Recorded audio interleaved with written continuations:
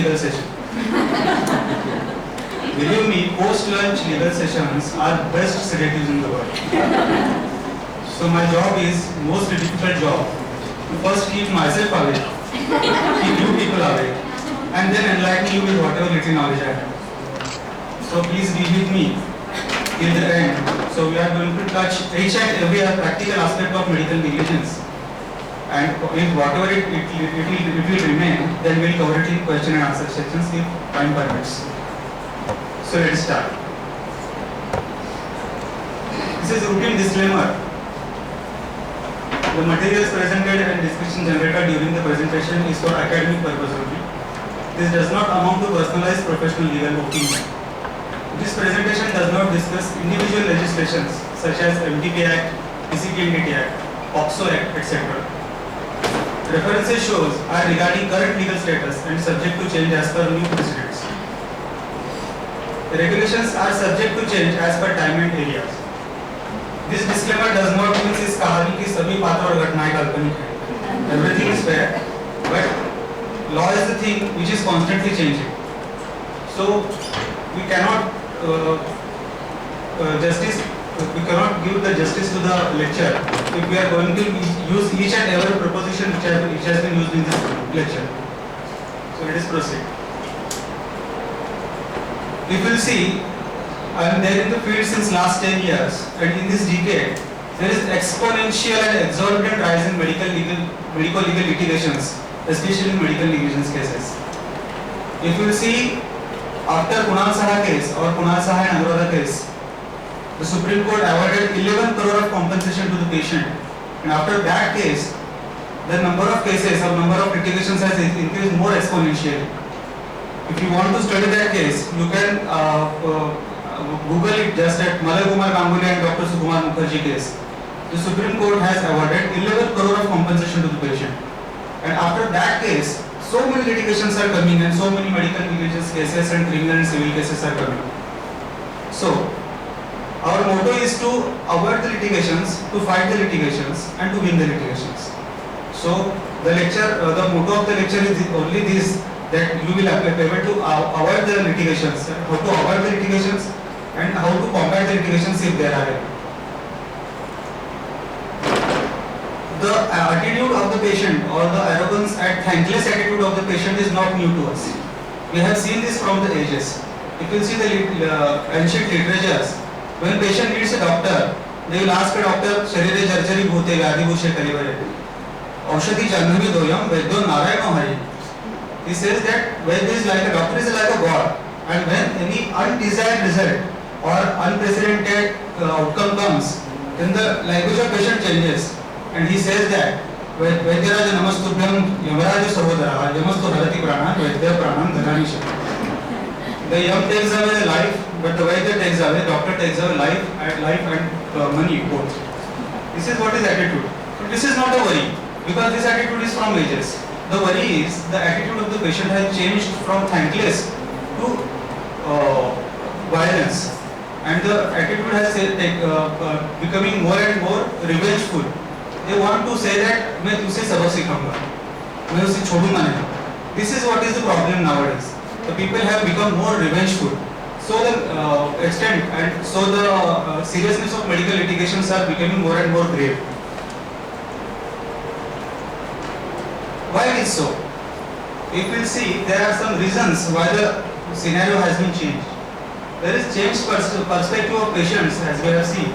Media, especially government, the state and central government compromise all the political parties, so we can blame them all without any political prejudice. Judiciary has become very cunning towards us. In earlier days, judiciary used to have very soft corner for doctors. But nowadays, after post-COVID days, especially, they are not having that soft corner towards the doctors. Cunning nexus of government machinery, media people, and some advocates to extort doctors. In earlier days, what used to happen? The patient used to go to the courts. The advocate used to help them, and then he used to get some compensation out of it. But nowadays, advocates go and reach the patient. They catch the patient. they say that just give me some percentage from the compensation and we'll have your case. And as the case is free of cost, he is fighting and he has nothing to lose. So patient go to the court. And that advocate has this cunning nexus with government machinery, media people to extort the doctor. This is happening more and more in Mumbai and more metro cities. I don't know whether it happens in Pune or not. But this is the more frequent modus operandi of some advocates to extort the doctors. There is a corporatization of medical profession. So the touch of humanity has been lost somewhere due to corporatization. Because corporate hospitals are only concerned with the benefit or only concerned with the monetary benefit of the hospital. So they have nothing to do with the humanity and human touch. There is escalated cost of treatment. Due to escalated all the expenses, the cost of treatment has been exorbitant. So patient's attitude has changed. मैंने इतना पैसा दिया और मुझे कुछ नहीं मिला या मेरा patient चला गया. So there is that view is also there for increasing the litigations. Very sly attitude of fellow doctors. This is very important thing. Whenever a prescription comes from a fellow doctor next door, ऐसे देखता है उसके तरफ कि उसने जहर ही दिखता है. This is very important. And it's a single stricture passed by a fellow doctor to the patient that instigates the patient and that results in the increased litigation. This is very important thing. And most importantly, lack of legal sense among the doctor. I have not used the lack of legal knowledge among the doctor. Legal knowledge is impossible to have because our medical profession is governed by hundreds of laws, hundreds of laws and enactments. So it is impossible for a practicing doctor to know all of them. So it is important just to have a sense of medical litigations and medical negligence knowledge. If you have heard the anecdote of Mahakashyapa, who was a very favorite disciple of Lord Gautam Buddha, he used to know everything. If at all the Gautam Buddha wouldn't say anything, how he used to understand everything what Gautam Buddha wouldn't say anything. That was he sensed that. He used to sense that. This is the sense. And we are going to see as a whole today that we will at least get some sort of sense of medical negligence, what comprises of medical negligence and what is not. So we need to have sense, legal sense. This is what is current condition of medical law in India. Because there is no what we say codified or statutory law of India as far as medical negligence is concerned. So the law of medical negligence in India is comprised of all the three laws. One is administrative law, one is statutory law, and third is precedents. What are precedents? Precedents are the judgments of the Supreme Court. And if any judgment is given by Supreme Court on any issue, then that becomes a law of the land. So all the three types of law, that is administrative law, what you have seen in COVID, DM of the district used to promulgate an order to us, open your clinics and etc. etc. That was an administrative law, that was an administrative order. What is statutory law? Indian Penal Code, Criminal Procedure Code, Civil Procedure Code.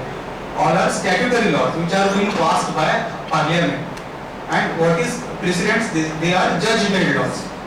So medical negligence is composed of all of three. So this mess happens. There is no codified law for medical negligence. We will try to consider all of them.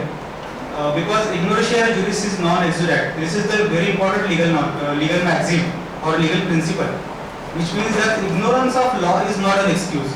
If you will go and break the law, or you will go and break the signal, and you will say to the police officer that I don't know the red light is for no going at, I don't know where to go, whether the green light is on or not. This is not an excuse.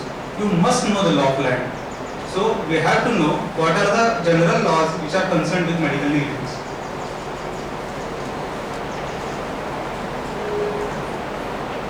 So what are legal consequences of medical negligence? If there is any case, then the case will run in criminal courts, or it may go in consumer court. There may be an action by medical council, or there may be an action by human rights commission. These are the four consequences if consequences is asserted by patient. It is not written here. So these are the most common four consequences which happen due to allegations of medical negligence. We will first see the criminal case, which is most important and which is most frightened by the where the doctors are most frightened by the criminal cases. Why? Because if there is a civil case or there is any consumer court case, what is the outcome? The outcome is only of compensation. Doctor has to pay compensation. Unfortunately, many of us are now indemnified, and whatever compensation comes out of it will be paid by our indemnity insurance company. But if there is a criminal case, there is nobody to indemnify you. When there is a criminal case, the outcome is prosecution, arrest, and behind the bars. So we are afraid of criminal cases because whatever goodwill we have earned with our sweat and blood just devours or just takes away the criminal case. There is a media trial, there is a lot of bad things gossiping in our colleagues and society. So our whole practice gets disturbed out of it. And due to this disturbance, many patients, many doctors have committed suicide due to this condition. So, of course, there is certain conditions where a criminal case can be lodged, and Supreme Court has given certain guidelines that we will see afterwards. And this is how the criminal cases are lodged. We will see what are frequently lodged criminal cases against doctors, so that we come to know what happens. Usually, when there is a death in the our hospital or OPD, or where there is allegation that patient is died due to our treatment, Section 304A of Indian Penal Code is lodged. Of course, there are certain conditions and there are certain guidelines given by the Supreme Court to lodge the 304A section. So the section says that whoever causes the death of any person by doing any rash or negligent act, not amounting to culpable homicide, shall be punished with imprisonment of either description or for a term, which may extend to 2 years, or with fine, or with both. This is a bailable section, and this is non-cognizable section. So what is said is it takes away the seriousness of culpable homicide format. What is culpable homicide? Which is not murder. What is murder? Which is not culpable homicide. The culpable homicide means the murder against certain conditions, provocation, preparation, and public servant using his authority, and certain are other conditions which constitute a murder. Against that, it is culpable homicide. But in both the conditions, there is a main issue is of intention and knowledge. That he has the intention to kill somebody, and he has knowledge that that act will kill somebody. Those two things are absent in 304A section. But if the act is such a gross or such a negligent act, which is such a serious thing that it may have a knowledge, then 304 part 2 is lodged. Many times when a homeopath practitioner gives allopathic drug and a patient dies, then 304 part 2 is lodged. Because what part 2 says that it says that anything done negligently to cause a death without intention but with a knowledge that particular act will cause a death. So when there is a gross negligence of very gross extent, then there is 304 part 2 is lodged, which is non-bailable and cognizable. So if any of the other colleagues, I should not say that it should happen, but if at all it happens, that we must see the section properly, that whether it is a 304A or 304 part Roman 2. Section 337 and 338 of IPC. What it says, causing hurt by act endangering life or personal safety of others. Punishment is 6 months or fine. Section 338 is grievous act. Punishment is 2 years and fine or both. 337 is bailable, 338 is not bailable. So whenever a notice comes to you and police asks for records or police asks you, always see the section, Google it whether it is bailable or not, and go to the police. If it is not bailable, then go to advocate. If it is bailable, then go to the police and give the records. Because police cannot arrest you at that moment or cannot detain you at that moment. So these are the two questions, two sections, and it generally happen when there is any side effect or any serious outcome comes out of surgery. Then these two sections are generally good. In section 202 of IPC, this is very important section. Intentional omission to give information of offence by a person bound to inform means. समजा एक तुमच्याकडे patient आलेली आहे आणि तिने असं सांगितलंय की मला नवऱ्याने काल मारलेला आहे आणि तुम्ही त्याची समजूत काढून तिला पाठवून दिलेलं आहे औषध वगैरे. तिने उद्या जाऊन जर डोमेस्टिक व्हायलन्सची केस केली आणि पोलिसांना सांगितलं की मी डॉक्टरला सांगितलं होतं तुमच्यावरती हा गुन्हा नोंद होतो. Section 202. Because you have intentionally omitted to give information of offence by a person bound to inform. You are bound to inform. If at all you don't want to inform it, don't document it. Whenever you are going to document it, don't document it. Don't document assault. Don't document any serious wound. So whatever is said by the patient is not true in the court of law. If you are going to disprove it, then document speaks itself. You have to be very precautious and very careful documenting the cases which are fulminant. Next is section 197, most common thing.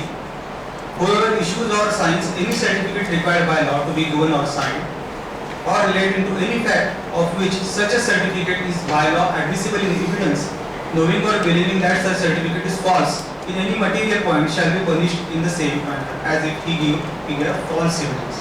Section 197. The case happened in Solapur only.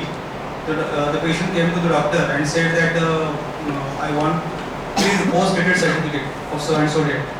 Doctor in good faith gave the certificate because that was patient who used to come to him for years, and he gave the certificate. And on that day, the patient committed some offence in some another city, and that certificate he showed in the court of law. So the court ordered the doctor to give all the documents and all the records of that day to the patient. He had nothing.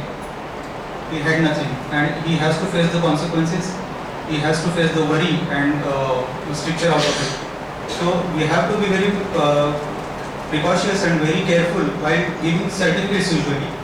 The part of certificates we will cover in our another slide, but just keep in mind this section. Section 201, causing disappearance of evidence of offence or giving false information to screen offender punishable with respect to the offence. This may be non-bailable. The pair was bailable. This may be non-bailable. Both constitute the false certification. But the seriousness of it, this offence is more. I will give an example.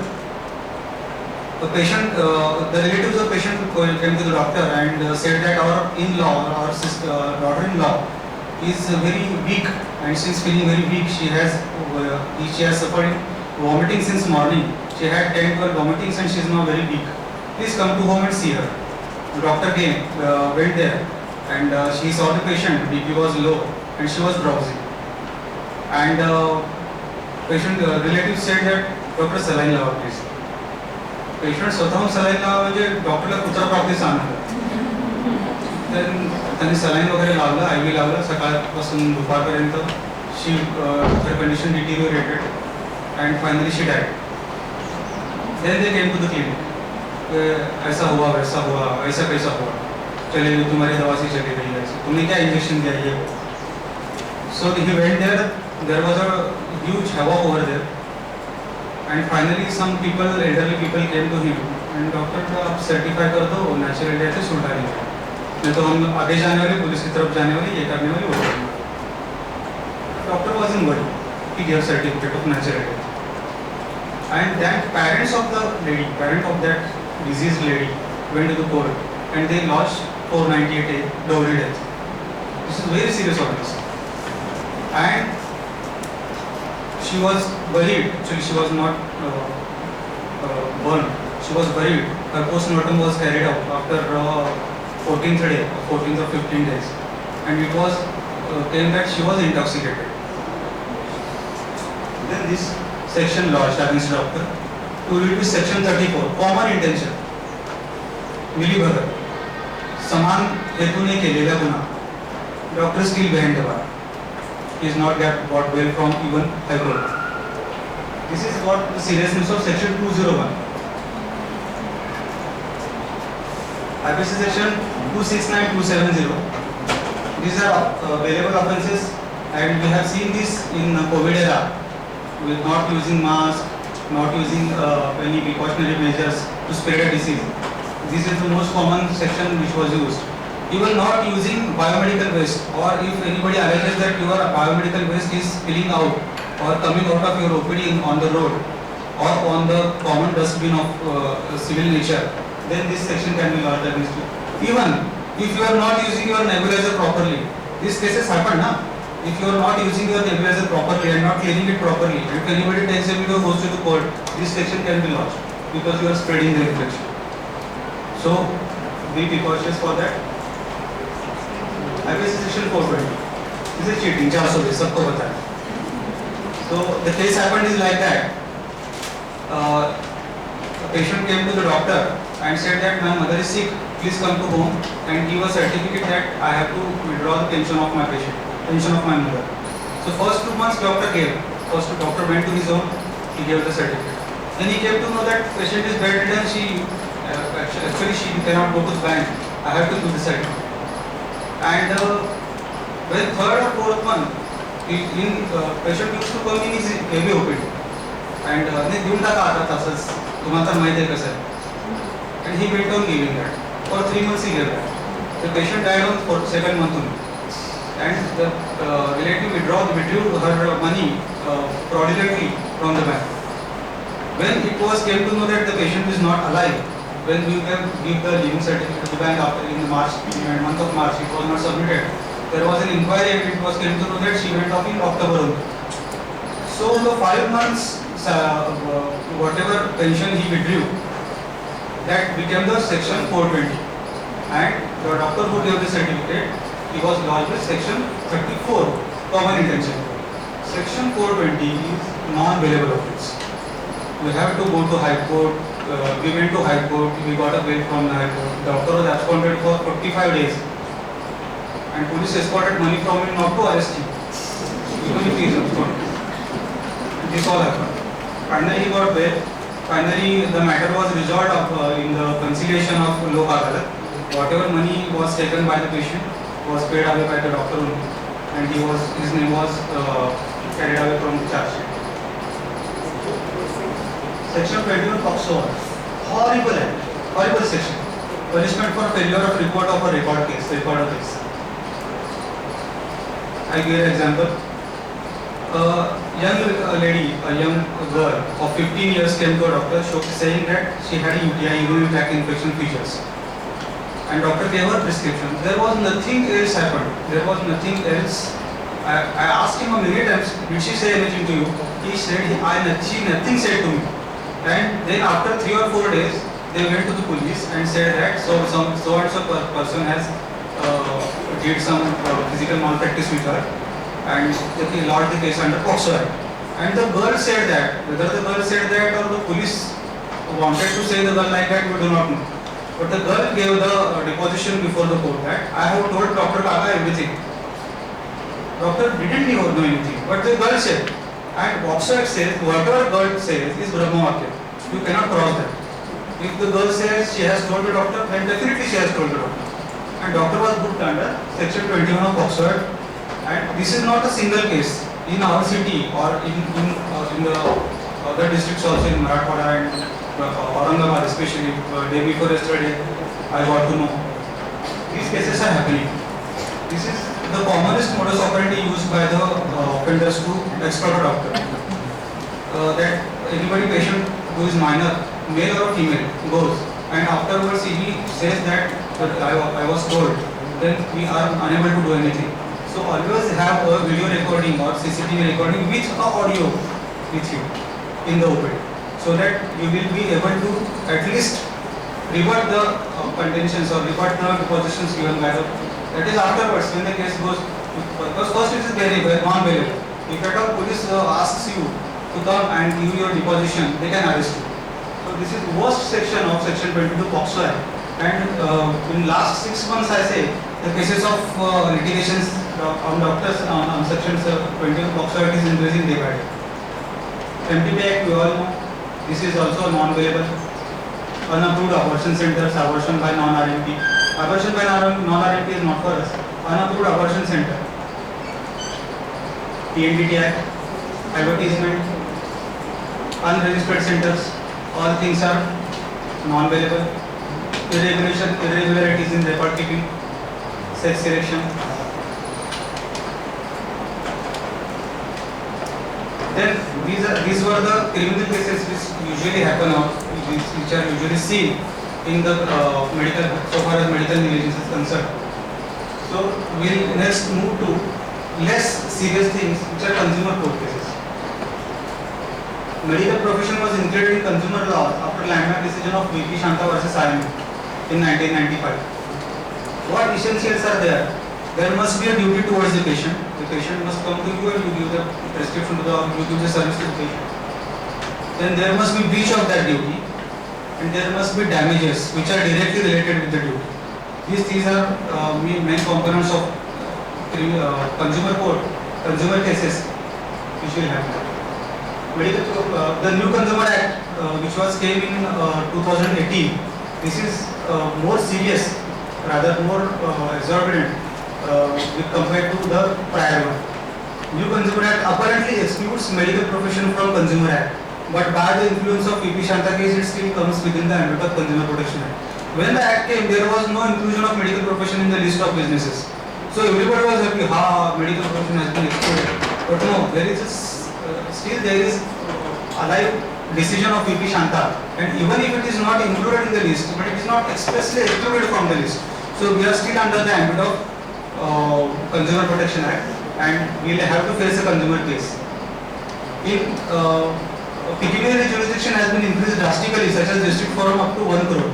See, if a patient wanted to have a larger compensation, then they had to go to the State Commission of Mumbai.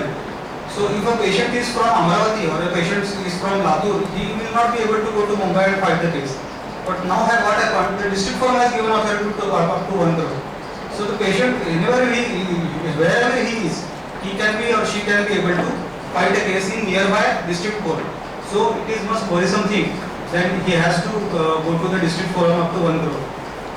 False and misleading advertisement, if done by anybody, it was used to done by False and Misleading Act. There is a False and Misleading Advertisement Act, which is very minor and tutelary act. But now it has been included under section 89 of New Consumer Act. So if anybody does a advertisement which is false or misleading, or which is doing any claim which cannot be proved otherwise, then that can be come under consumer court case, and false and misleading advertisement are covered under this new law of consumer courts. Then medical councils. Any case can go before the medical council. For us, there is NCI, Medical Council of Indian Medicine, and the pecuniary committee is there, and that gives, after hearing any decision, if the name is to be withdrawn or delisted from the list. Then there is a Human Rights Commission. Human Rights Commission, after proper hearing, can award compensation in medical negligence cases, especially negligence cases against government hospitals. Because that government hospitals cannot be dragged into consumer courts, because that is not a service given by a person, because that is free. Free is not a service. There must be a give and take. So that the government hospitals are usually come under Human Rights Commission. In the recent case, Srimati Binapani Katua, West Bengal case, Commission awarded compensation of 7 lakhs to the victim. This is the most recent case. These are all the problems what we have discussed in nutshell. But what are our safeguards against the negligent cases? This is what is our safeguard. Why it is broken? Why there is a gap in the armor or creak in the armor? Because this remaining part is our unit. It is nowhere is there. There are two very well-known associations of professionals. One is Indian Medical Association, and second is Bar Association of India. Have you otherwise seen anywhere? There is a Bar Association of Ravet, there is a Bar Association of Kopra, there is a Bar Association of Tisri Galli of Rajanampur. There is nowhere is there. There is any IMA, which is Allopathic Doctors Practitioners Association of this and this area. Allopathic Doctors Practitioners this and that area. There is nowhere there. In our community only, there is a bifurcation of unit. We have a number of, we listed in last year, there are 1900 associations in Maharashtra only of Ayurvedic doctors. Of this area, of that area, of that area and that area. This is the condition of your unit. And what we do on our WhatsApp groups, 90% messages are good morning, good afternoon, good night. Last 9% of it are political messages. They are fighting with each other. Only 1% are writing somewhere, what we say, news. This happened in that area and this happened in that area. But there is no constructive work done in any of WhatsApp group. This is what our unity is. So if we work on our unity only, then this gap will be there, gap will not be there, and we will be able to fight our problems more strongly, and there will be more favorable outcome for us. So what are our safeguards? First and foremost, try to practice modern system of medicine by ISM practitioners. If I would ask anybody of you in this auditorium, how do we write allopathic medicines? 90% or 95% of people will say that we have a GR. We do not have a GR. We have a Act amendment. GR is a government resolution which can be quashed overnight. If it is done in the morning, it can be quashed in the afternoon only. But Act amendment is done by Vidhan Sabha and Vidhan Parishad by 1/3 of majority, signed by a governor. It is very strong act in medical MMP Act, in our Maharashtra Medical Practitioners Act. 2014 has been amended, and it is very strong and commendable act which is used by us to practice allopathic medicine. Everybody must have a copy of it. Whenever there is a criminal case, civil case, council case, human rights case, they ask, "तुमने कैसा लिखा?" Then you have to show that this is the act by which we write allopathic medicine, and this is alive act. This is not sanitary act. This is alive act. And how we came up to it? This is brief history. According to Drugs and Cosmetic Rules 1945, Section 2EE3 and Indian Medical Center Council Act, Section 73D, states are empowered to give special privilege to allow modern medicine to Indian system of medicine. This is the base of it. On this ground, Government of Maharashtra promulgated GRs time to time. First GR was on 1961, then it came down to 1992 and 1998, and then 2005, and then Act Amendment came in 2014. This is what is history. So in Supreme Court, there was a case called Mukhtiar Chand versus State of Punjab. This is a very important case. You must have a copy of it. Mukhtiar Chand was a doctor practicing in Haryana or Punjab. Mukhtiar Chand was practicing in Punjab, and there was the same GR which was used by him to practice allopathy. And one day, drug inspector came, sealed his clinic, and kept him behind the bar for practicing allopathy. And the case, we fought the case for 12 years. It went 12 years to get the case. And I remember Dr. Kinzwadekar was there, NIMA's president, and All India president, and he gave the documents, tons of documents to the Supreme Court to win the case. And this case has turned the table of allopathic monopoly, which they used to have. And this is very important case. Mukhtiar Chand versus State of Punjab. You must all have it, and at least read once in a while, once in lifetime, I must say.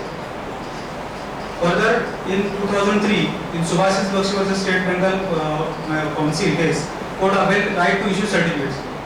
You have got right to prescribe medicine, but you have not got right to issue certificates.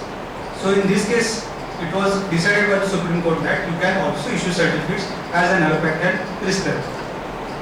In 2014, Government of Maharashtra passed amendment in MMP Act in Section 25, 4 and 5 clauses were added to give right to practice modern medicine to ISM graduates and postgraduates respectively.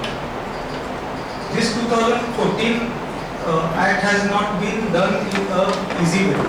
There was a long fight for that, and I must proudly say that at that particular time, when there was a Nationalist Congress and Congress government, Narayan Raniji helped us a lot. Narayan Raniji and Shri Ajit Dadaji Pawar helped us a lot. And he was there when we passed this. He was there in the Vidhan Parishad when we passed this 2014, because the opposition parties were doing havoc. Why to do the Act Amendment? Already we have a GR. Why to do the Act Amendment? But both of them helped us a lot, and on the last day, last minute, that Act was passed. And this is very important Act for us, and we must thank the both. Lifetime for them. IIM Pune filed it against this amendment. IIM became furious against this, because they thought that our right is going to be carried away by the people of Ayurveda and Unani. Then they filed a case. IIM Pune only filed a case against the amendment. But interim stay was not granted. We fought that very hard, and interim stay was not granted. Still the case is in court. It is in Aurangabad Khandapith now, and 7846 is our number, 7847 is a homeopathy number. The series of events just did not end here, and there was another problem.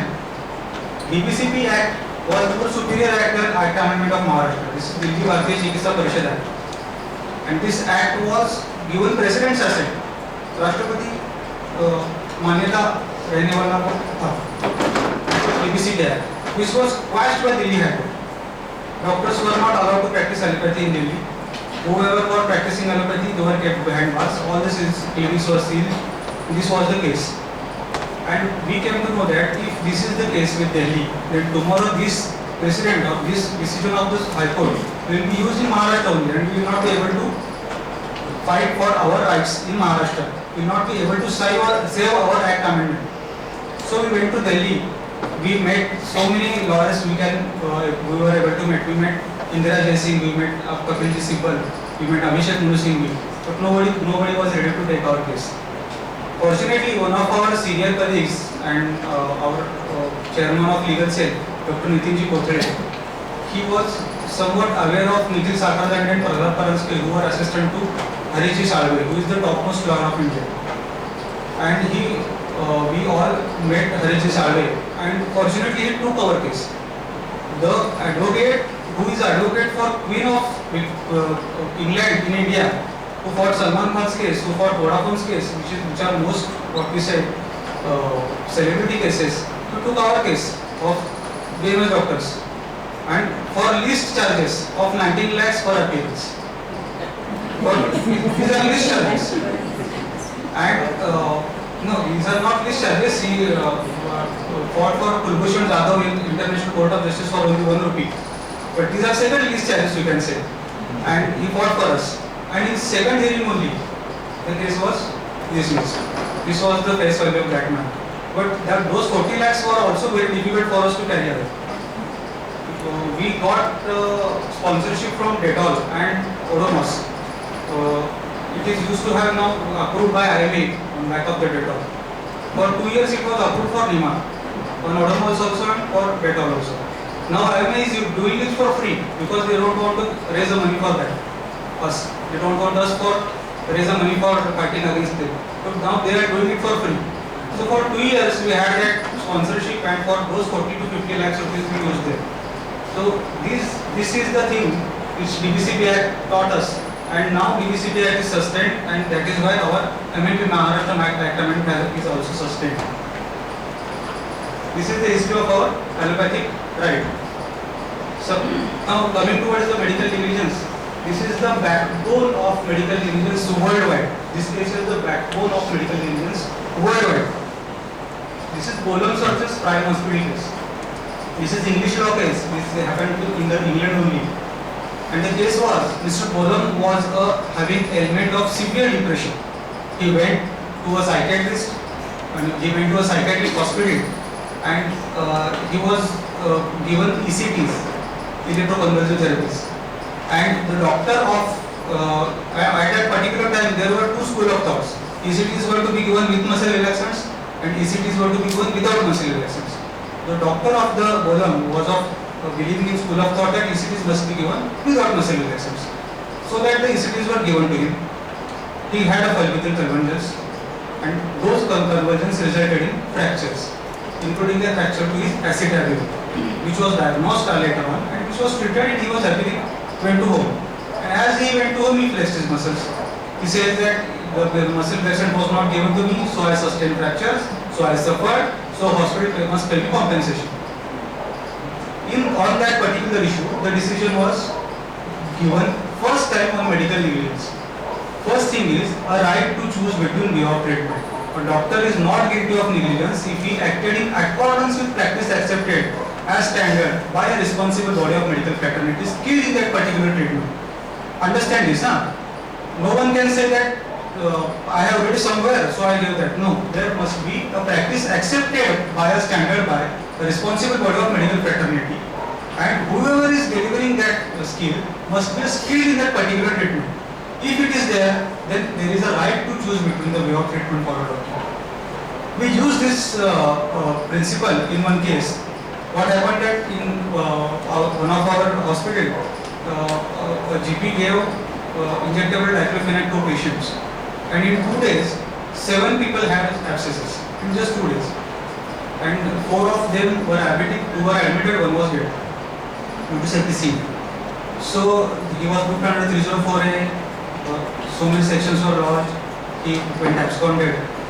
First thing we did that we got that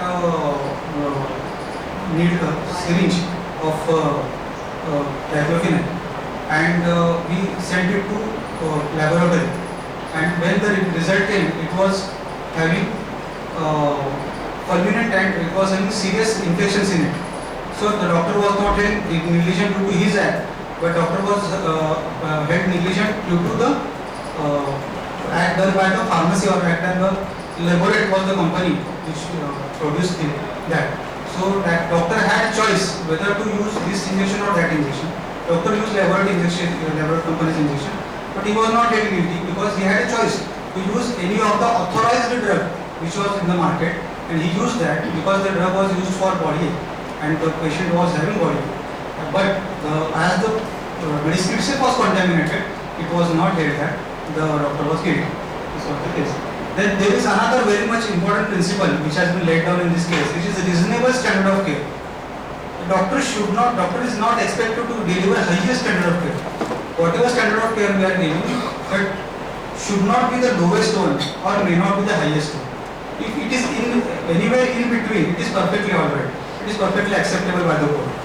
This is what the reasonable standard of care. If patient is alleging that I will have, I must have that and I must have this equipment, and it has been substandard regarding my disease, then this is not acceptable. If you are having anywhere in between, then this is perfectly alright. This is the Boehm's law. The second case, which is very important case, is Roe versus Minister of Health. I will first tell the case what it is. The facts of the case were, there was a person, Roe, who had a problem in his toe, and he went to the doctor and it was decided that he needs surgery, and he needed a lumbar anesthesia for that. And at that particular time, that was a practice that the injection of that anesthesia was to be kept in the bottle of phenol, and the sister scrub nurse used to get that injection, and the injection was to be given by the anesthetist to the patient. It was administered by the anesthetist. This was the routine practice. This was happened, and the anesthesia was so perfect that patient never came out of it. And after it was revealed that he was permanent paraplegia of both his legs, the patient sued the doctor. The patient sued the doctor. The case went into the courts, and Lord Justice Dennings, who was the very renowned judge of English law, decided the case. And Lord Justice Dennings didn't give a single penny to the patient.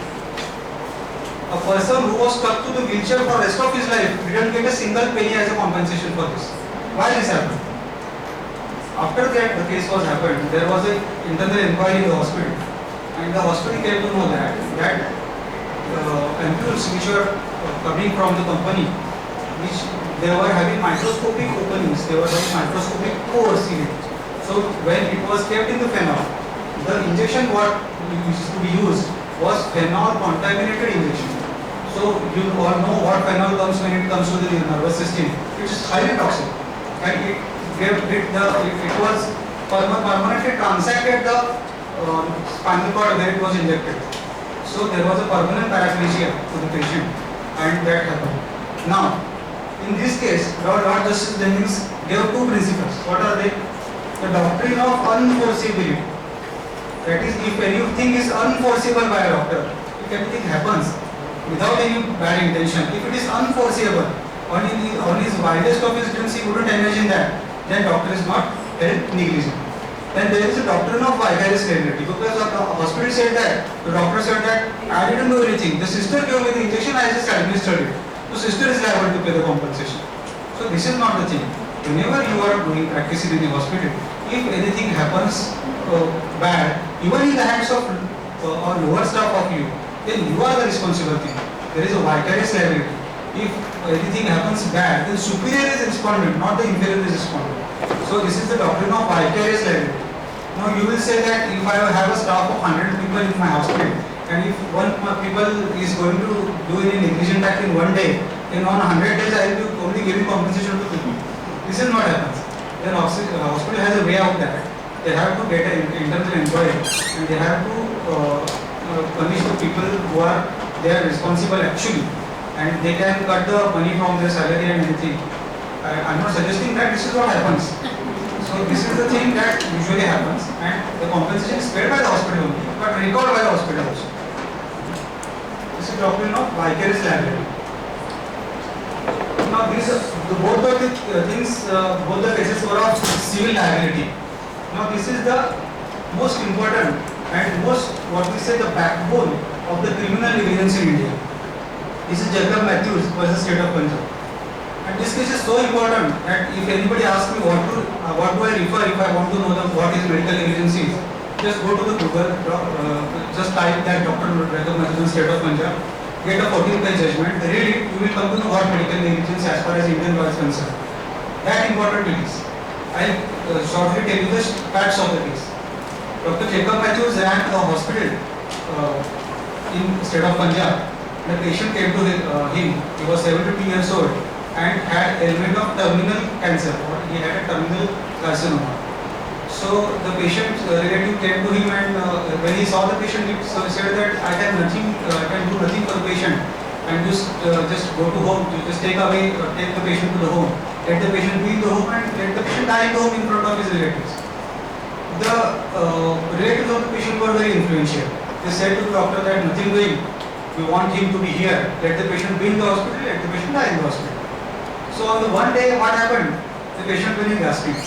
Patient went gasping, the relative got the bell, sister came with oxygen cylinder, oxygen mask was applied, cylinder was on, and as many time happens, cylinder was empty. So she went and again another cylinder, she came with another cylinder. Meanwhile, Dr. Jacob Matthews also came. But in the meanwhile, patient died. In this scene, the relatives of the patient created hangama in the hospital. They threw away everything, and the extent of hangama went to the lodging a criminal case in the court of law. And they alleged they booked the Dr. Jacob Matthews under section 304 part A, which is death by negligence by criminal act. So the Dr. Jacob Matthews went in the sessions court that said nothing doing, you go to High Court, case will be run. High Court said nothing doing. The Dr. Jacob Matthews finally on this limited issue went to Supreme Court. He said to the court that what I have done criminally wrong.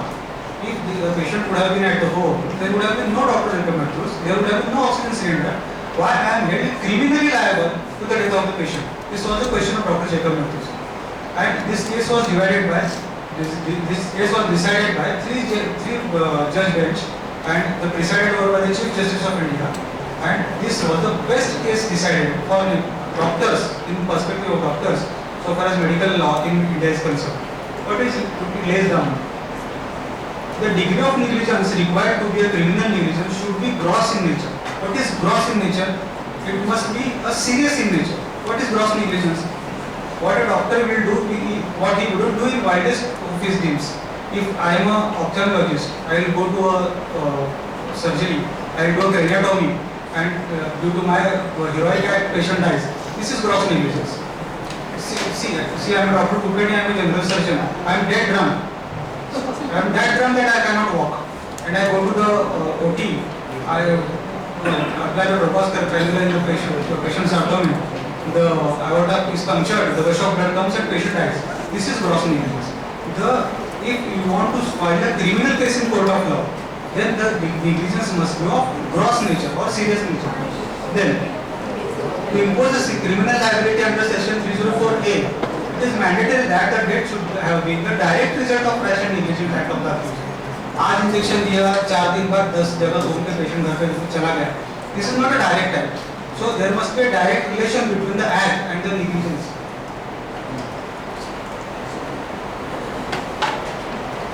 And if you will say, if there is so, then why there are so many cases now lodged of 304, 403A, 304A? Why there are certain cases? Why there is a lot of cases of 304A still now? Dr. Jacob Matthews case doesn't give any blanket immunity to the doctor so far as criminal negligence is concerned. I repeat, there is no blanket immunity offered over here. So what it says that judges are lay people, police are lay people. So who is going to decide that the negligence was gross or not? So there must be a committee, there must be a committee of doctors, and the case must first go to the committee of doctors. A private complaint may not be entertained unless a credible opinion given by expert committee of competent doctors support the charge of rashness or negligence on the part of accused doctors. So whenever there is a criminal negligence now in India, the case goes in front of this committee, usually which is constituted by a civil hospital of the area, or any teaching hospital, or if anything is not available, then the court itself may constitute a committee of that specialist doctors who will decide that there is a gross negligence or criminal negligence is there or not. After that, the FIR can be lodged. Unless and until no FIR is lodged, no can intimidate you, no can arrest you.